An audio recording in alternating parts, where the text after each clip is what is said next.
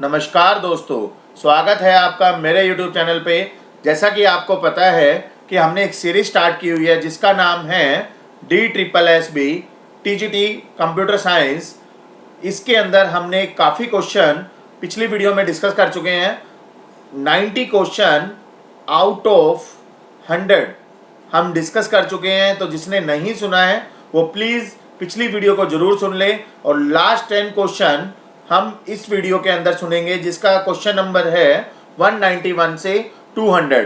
तो इस तरह से सारी वीडियो और सारी DSSB की एस्टेट की इस टाइप से मैंने वीडियो लाता रहा हूँ। तो प्लीज़ वीडियो को सुनने से पहले लाइक और सब्सक्राइब जरूर करें, जिससे कि टाइम टू टाइम आपको नोटिफिकेशन आता रहे। तो वेरी फर्स्ट क्वेश्चन है फॉर दिस वीडियो C++ के अंदर। इसमें क्वेश्चन पूछा हुआ है, which of the following is not a type of the constructor in C++। तो कौन सा ऐसा हमारा चारों ऑप्शन में से ऐसा है जिसके अंदर कंस्ट्रक्टर टाइप नहीं है C++ के अंदर।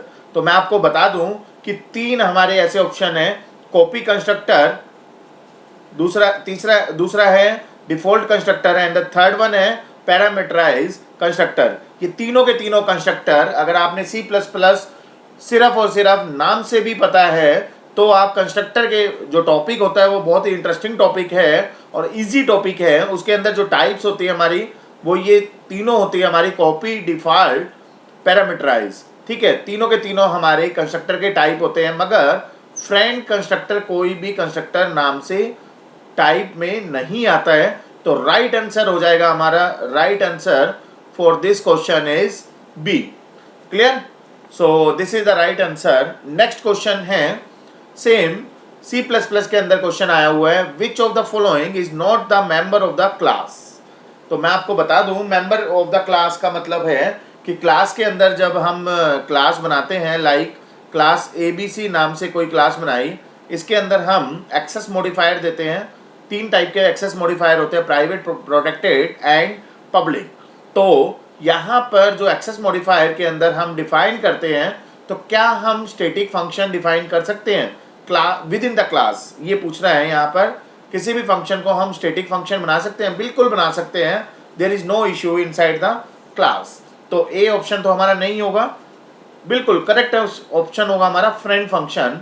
फ्रेंड फंक्शन क्या फंक्शन होता है? फ्रेंड फंक्शन एक ऐसा फंक्शन होता है जब कभी भी हमें किसी भी क्लास के प्राइवेट मेंबर या प्रोटेक्टेड मेंबर, लाइक मान के चलिए प्राइवेट मेंबर है हमारे कोई भी, for example int ABC 3 variable है, इसको हमें एक्सेस करना है, तो इसी के फंक्शन इस प्राइवेट मेंबर को एक्सेस कर सकते हैं। मैं क्या कहना चाह रहा हूँ?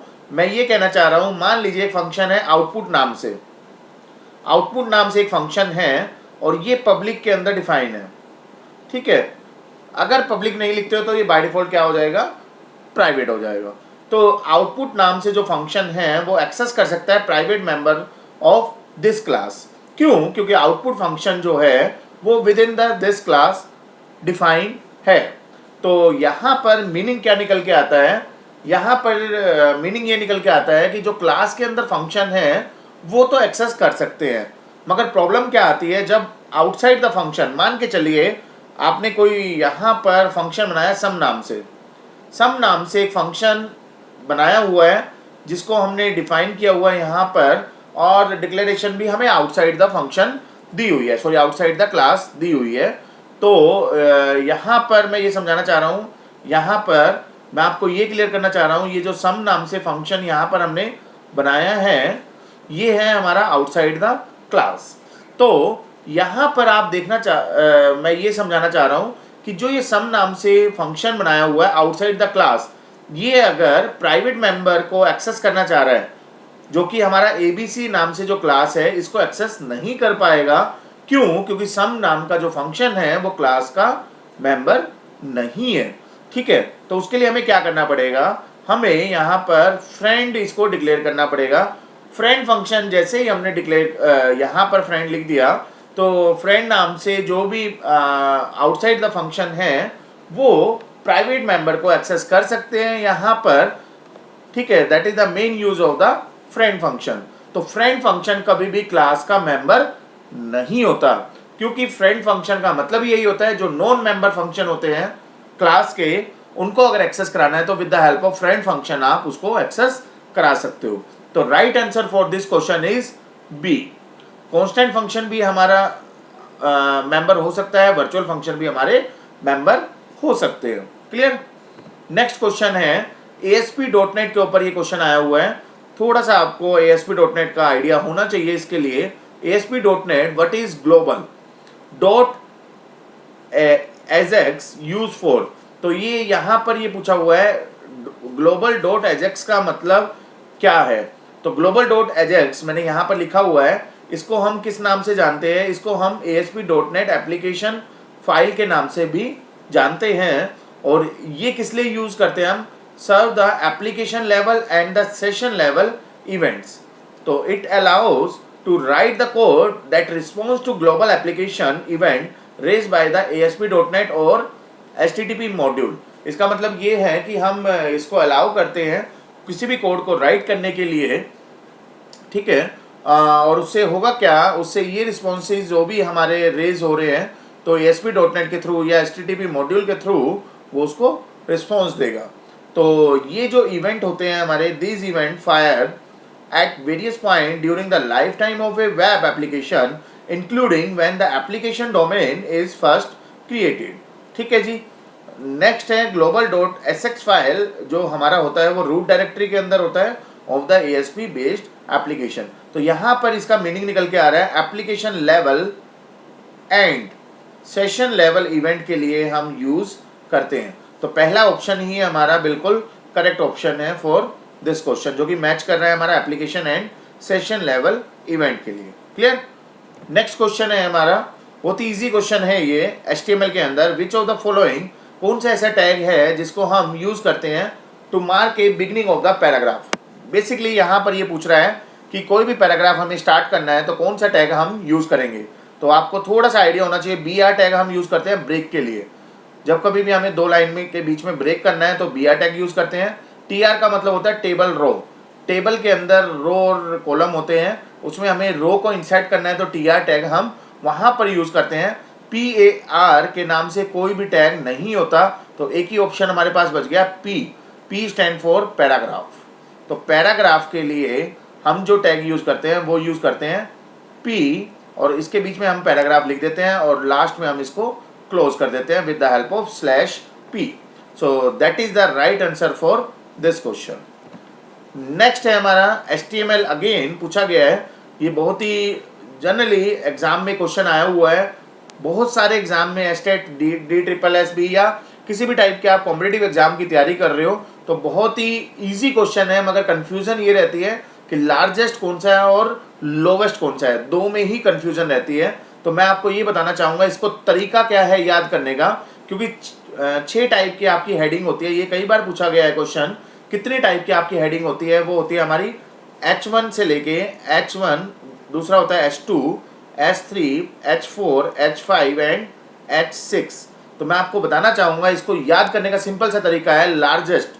आपने देखा होगा जब एग्ज़ाम देते हो तो उसके अंदर जो रैंक आती है हमारी, तो फर्स्ट रैंक वाला सबसे ज़्यादा प्रायोरिटी होती है, सबसे ज़्यादा प्रेफरेंस, या मैं कहूँ कि सबसे ज़्यादा नंबर जिसके भी आते हैं उसकी फर्स्ट रैंक होती है। सेकंड रैंक किसकी होती है, जो कि 1 से थोड़े से नंबर कम होते हैं। थर्ड रैंक 1 और 2 से भी कम होते हैं। तो मैं ये बताना चाह रहा हूँ रैंक ज़्यादा है तो मतलब नंबर ज़्यादा है। इसी तरह से हेडिंग को आप रिलेट कर सकते हो रैंक की फॉर्म में। H1 का मतलब है लार्जेस्ट, H1 मतलब सबसे छोटा नंबर जो है H1, इसको रैंक की फॉर्म में याद करो कि लार्जेस्ट नंबर है, इसका लार्जेस्ट साइज होगा। और H6 का मतलब है स्मॉलेस्ट। ठीक है, तो स्मॉलेस्ट और लार्जेस्ट में कई बार कंफ्यूजन रह जाती है, तो इसलिए मैं थोड़ा सा टिप्स की फॉर्म में आपको याद कराने का तरीका बताया। रैंक को आप रिलेट कर सकते हो। तो H1 क्या है, हमारा लार्जेस्ट टैग होगा, लार्जेस्ट हेडिंग होगी।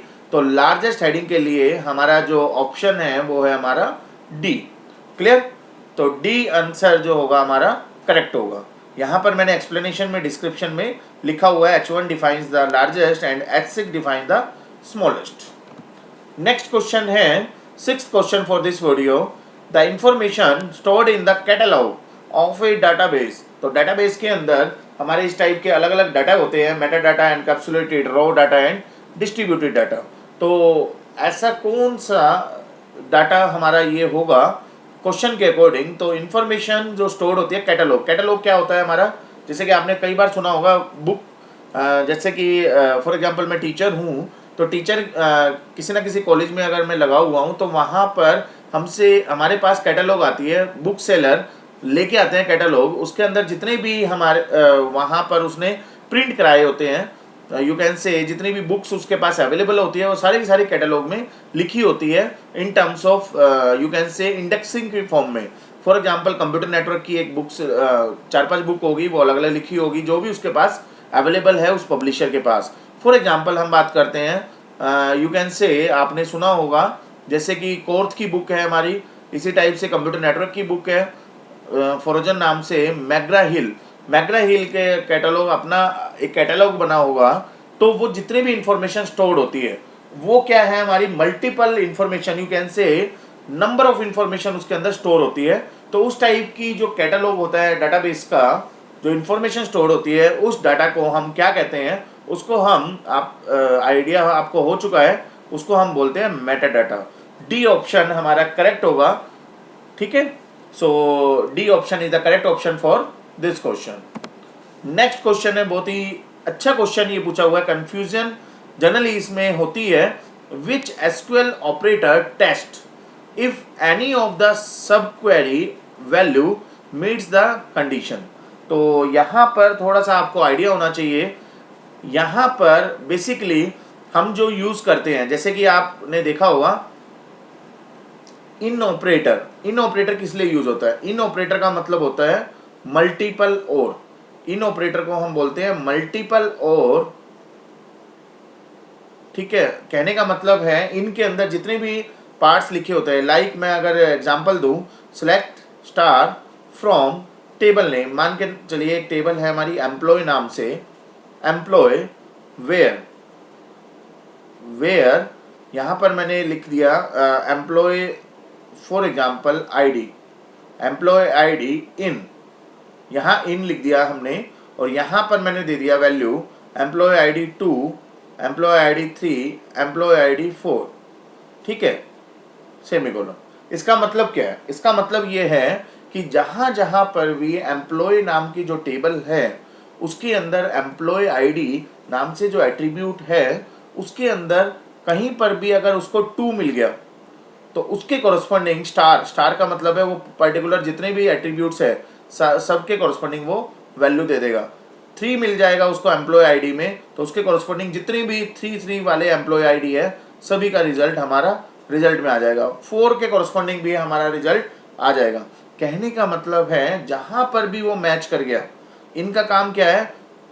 2 हो या 3 हो या 4 हो, तीनों में से कोई भी एक हो, तीनों में से कोई भी एक कंडीशन अगर फुलफिल कर रही है तो वो रिजल्ट मतलब फायर कर देगा, ठीक है, यू कैन से रिजल्ट की फॉर्म में आ जाएगा। तो यहाँ पर इन ऑपरेटर का काम तो ये हुआ कि यहाँ पर और की तरह काम कर रहा है, मतलब 2 है तो भी रिजल्ट आ जाएगा, 3 है तो भी रिजल्ट आ जाएगा, 4 है तो भी रिजल्ट आएगा। तीनों में से कोई भी कंडीशन मैच नहीं कर रही है तो ही रिजल्ट हमारा फॉल्स होगा। That is the first use of the in operator. अब मैं बताना चाह रहा हूं कि यहाँ पर ये सब क्वेरी वैल्यू भी पूछ रहा है। सब क्वेरी वैल्यू का मतलब है कि कई बार आपने देखा होगा नेस्टेड क्वेरी हम यूज करते हैं, select star from table name है मान के चलिए एम्प्लॉय नाम से ही, एम्प्लॉय नाम की टेबल है, वेयर एम्प्लॉय आईडी इन। अब यहां पर अगेन हम एक क्वेरी लिख देते हैं, सिलेक्ट एम्प्लॉय आईडी फ्रॉम, मान के चलिए अगेन मैं एम्प्लॉय नाम की टेबल ही यूज कर रहा हूं, employee where employee name equal to ABC, for example ये हमने क्वेरी ली है, ठीक है। तो अब आप समझिए पॉइंट को जो मैं समझाना चाह रहा हूं आपको। ये क्या रिजल्ट देगा? ये रिजल्ट देगा, पहले ये वाली क्वेरी एग्जीक्यूट होगी, ये वाली क्वेरी, ठीक है, ये 2 क्वेरी को मर्ज कर दिया गया है एक क्वेरी के अंदर। ये क्वेरी जो है ये कौन सी क्वेरी है? ये पूरी की पूरी एक क्वेरी है, इसमें जो सब क्वेरी है वो हमारी है ये वाला पार्ट, ठीक है जी।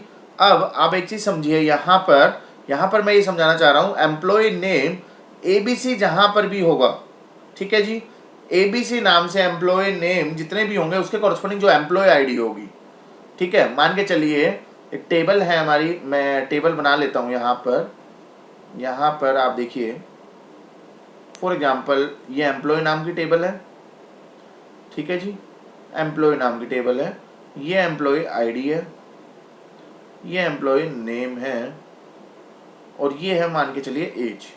एम्प्लॉय आईडी है यहाँ पर 1 2 3 4, फॉर एग्जांपल यहाँ पर एम्प्लॉय नेम है ABC ठीक है जी।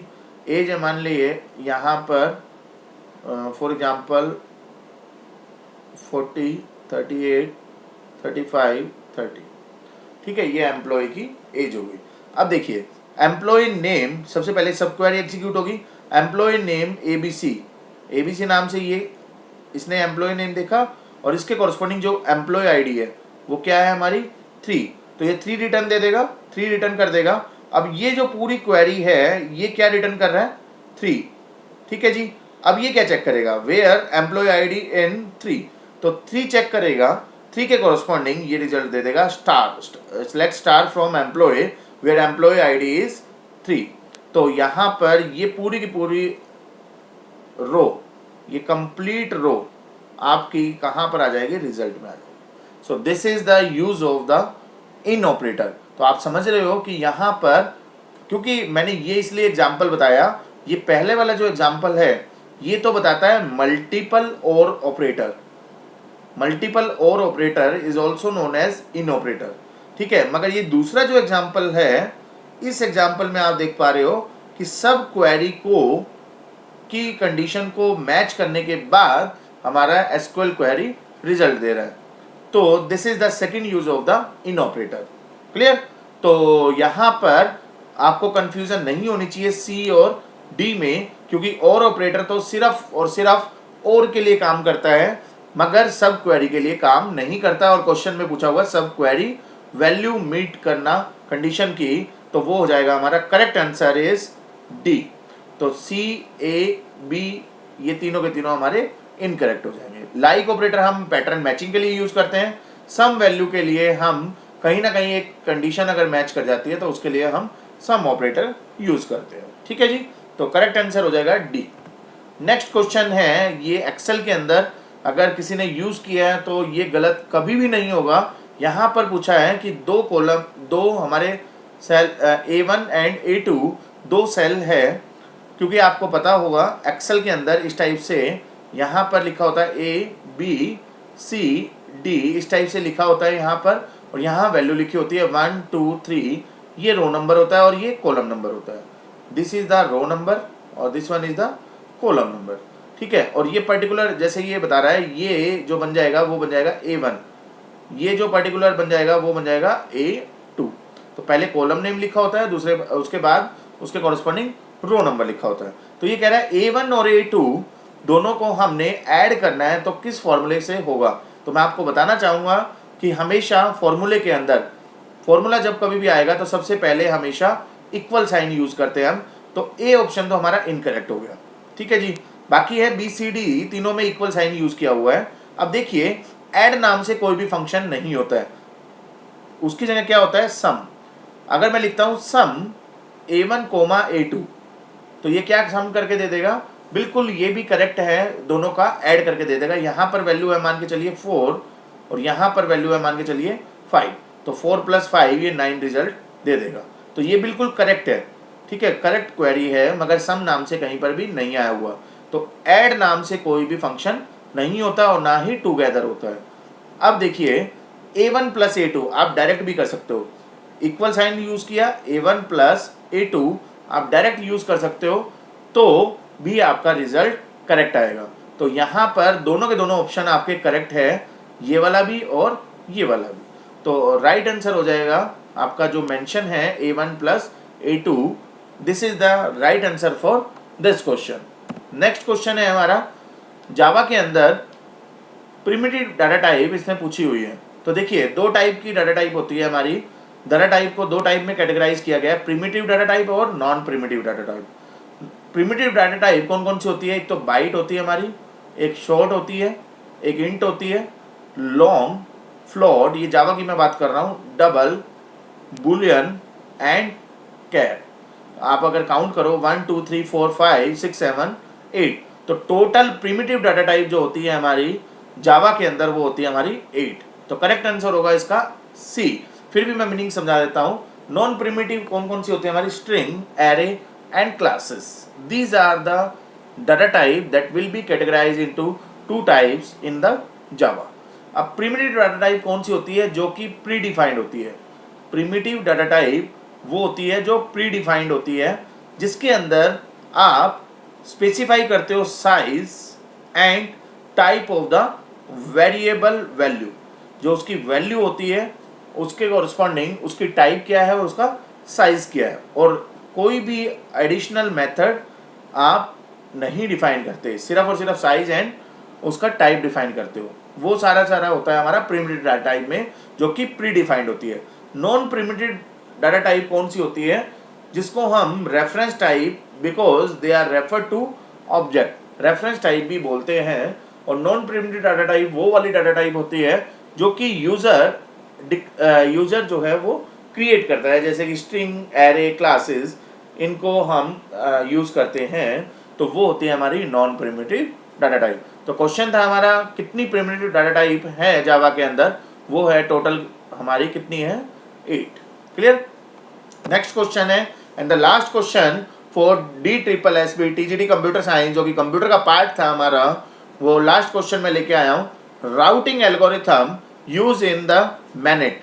मैनेट क्या होता है? बेसिकली राउटिंग एल्गोरिथम हमारे यूज होते हैं मोबाइल एडहोक नेटवर्क। ये हमारा जो होता है मोबाइल एडहोक नेटवर्क, इसके अंदर क्या होता है हमारा?